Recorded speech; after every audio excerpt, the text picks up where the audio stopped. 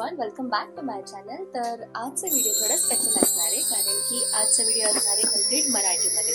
तर माझी मराठी थोडीफार गडबड होईल, पण तुम्ही थोडं मॅनेज करा.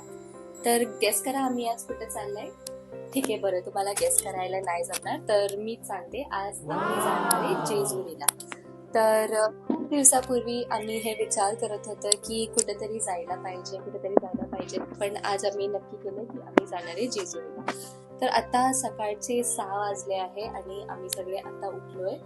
आमचा प्लॅन तर होता की आम्ही लवकर निघू. आम्ही काल कॅब केली होती, पण समहाव आय डोंट नो ते कॅन्सल झाली. तर आता आम्हाला हे पब्लिक ट्रान्सपोर्ट घ्यावे लागेल. तर फर्स्ट बस आता आम्हाला जे भेटेल ते बसने आम्ही जाणार आहे. ठीक आहे, तर हे असणार आहे माझं आजचं आउटफिट. तर आता मेकअपच्या नावाने मी यूज करणार आहे हा ॲक्वासॉफ्ट मॉइश्चरायझर. तर हे मला खूप आवडतं. लाईक मी खूप दिवसापासून हे यूज करत आहे. अजून ह्याच्यानंतर मी यूज करणार आहे माझं फेवरेट प्रोडक्ट जे आहे हे डॉट अँड कीचं सनस्क्रीन. तर आता आपण बाहेर चालले आहोत. तर ऊन तर असं आहे की टॅनिंग तर होणारच आहे, म्हणून मी खूप सारं सनस्क्रीन लावणार आहे.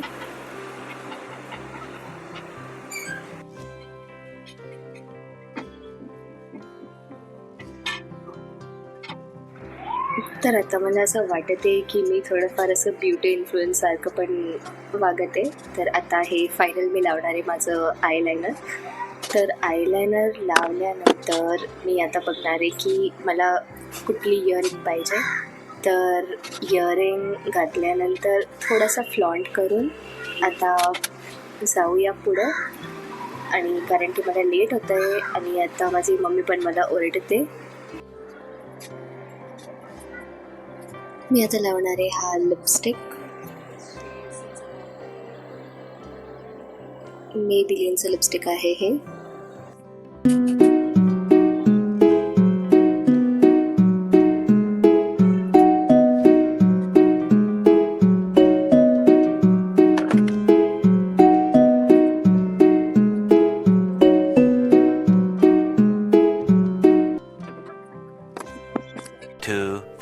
years later. ओके, तर हा आहे माझं फायनल लुक. अशी मी रेडी झाली आहे. अजून आता रेडी होता मला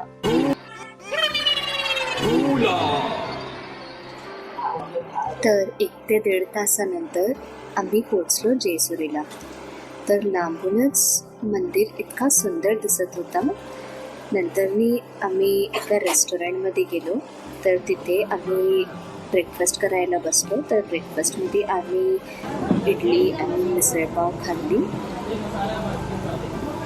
सो आमचा ब्रेकफास्ट झाल्यानंतर आम्ही मंदिराकडे निघालो. तर हे होता मंदिराचा मेन द्वार. पुढे चालत जाताना दोन्ही बाजूने खूप साऱ्या शॉप्स दिसत होत्या.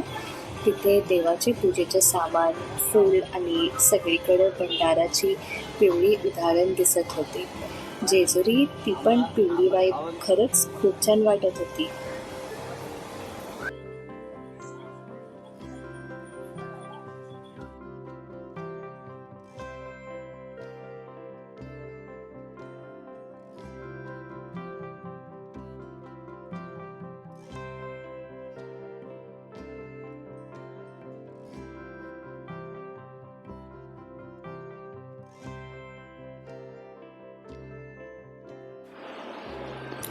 मंदिराच्या मुख्य द्वारच्या समोर एक मोठी नंदीची मूर्ती आहे. असं म्हणतात की नवीन लग्न झालेले कपल्स इथे दर्शन घ्यायला येतात आणि आशीर्वाद घेतात. तर मंदिरात पोहोचण्यासाठी जवळपास 200 पेक्षा जास्त स्टेप चढाव्या लागतात. आम्ही पण स्टेप्स चढायला सुरुवात केली. तर आम्ही पुढे गेलो. अजून पण अर्ध्या रस्त्यातच खूप तहान लागली म्हणून आम्ही थांबून मस्त थंड लिंबू पाणी पिलो.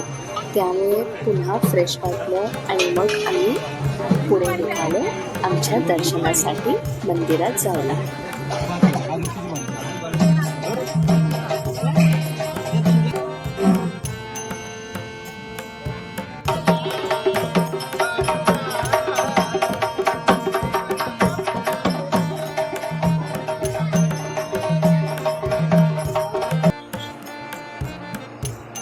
जसं जसं आम्ही वर जात होतो तसं तसं खूप सुंदर व्ह्यू दिसत होता. थोड्या वेळाने फायनली सगळे स्टेप्स कंप्लीट करून आम्ही मंदिरापर्यंत पोहोचलो.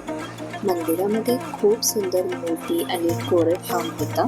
संपूर्ण मंदिर खरंच खूप ब्युटिफुल वाटत होतं. मी इथे खूप वेळा आली आहे, पण प्रत्येक वेळ इथे आल्यावर वेगळीच छान फील येतो. त्या दिवशी वेदर पण खूप मस्त होता. खूप कडक ऊन पण नव्हता, क्लाउडी वेदर होता, म्हणून सगळं ॲटमॉस्फिअर अजूनच प्लीजंट वाटत होता.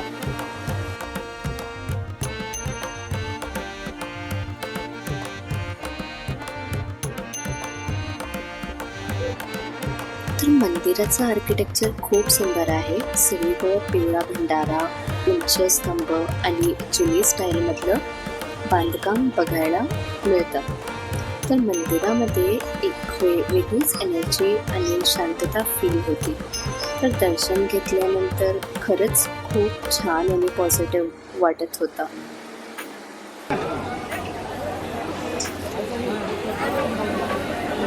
आपण आलो आहे जेजुरीला. तर कधी कधी आपल्याला लाईफमध्ये असे पीसफुल ब्रेकची गरज असते. तर यामुळे आज आम्ही आलो इथे जेजुरीला. इकडची वाईब इतकी मस्त आहे, पूर्ण येलो येलो आहे सगळीकडं. तर जेजुरी हे महाराष्ट्रामधलं एक खूप फेमस टेम्पल आहे. तर हे मंदिर खंडोबा देवांना समर्पित आहे. असं म्हणतात की खंडोबा देवांनी मणे आणि मल्ला या राक्षसांवर विजय मिळवला होता, म्हणून या ठिकाणाला खूप महत्त्व आहे. जेजुरीला सोन्याची जेजुरी पण म्हणतात, कारण इथे सगळीकडे पिवळी हळद दिसते आणि त्यामुळे संपूर्ण मंदिर सोन्यासारखं दिसतं. तर इथे एक फेस्टिवल असतो, त्याला म्हणतात चंपा षष्ठी.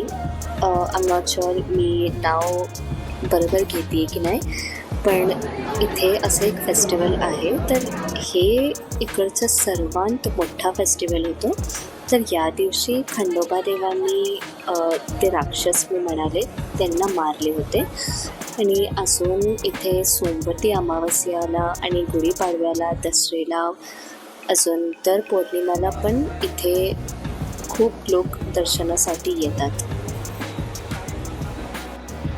तर जसं आत्ता आपल्याला माहिती आहे, मंदिर डोंगरावर आहे आणि तिथे पोचण्यासाठी खूप स्टेप्स चढावे लागतात. मंदिरामध्ये उंच स्तंभ, सुंदर काम आणि खूप छान व्ह्यू बघायला पण मिळतो. दरवर्षी खूप लोक इथे दर्शन घ्यायला येतात आणि मोठ्या प्रमाणात सेलिब्रेशन पण होतं. तर इथे जेजुरीमध्ये जो भंडारा उडवला जातो तो फक्त हळद नाही आहे, तर तो खंडोबांचा आशीर्वाद प्रतीक मानला जातो. म्हणून संपूर्ण जेजुरी पिवळे दिसते आणि त्यामुळे जेजुरीला सोन्याची जेजुरी असं म्हणतात. हे मंदिर खूप जुनं आहे. असं म्हणतात की या मंदिराचा इतिहास 12-13 सेंचुरीपासून आहे आणि नंतर मराठा काळात हे मंदिराचे काम पुन्हा करण्यात आला होता.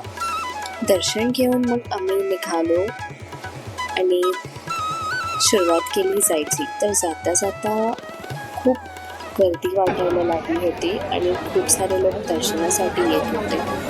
ते बघून आम्हाला वाटलं की आपण खरंच योग्य वेळेस आलो होतो, कारण निघताना मंदिरामध्ये गर्दी अजूनच वाढली होती. पण ओव्हरऑल एक्सपिरियन्स खूप छान होता आणि जेजुरी ट्रिप खरंच मेमोरेबल झाली.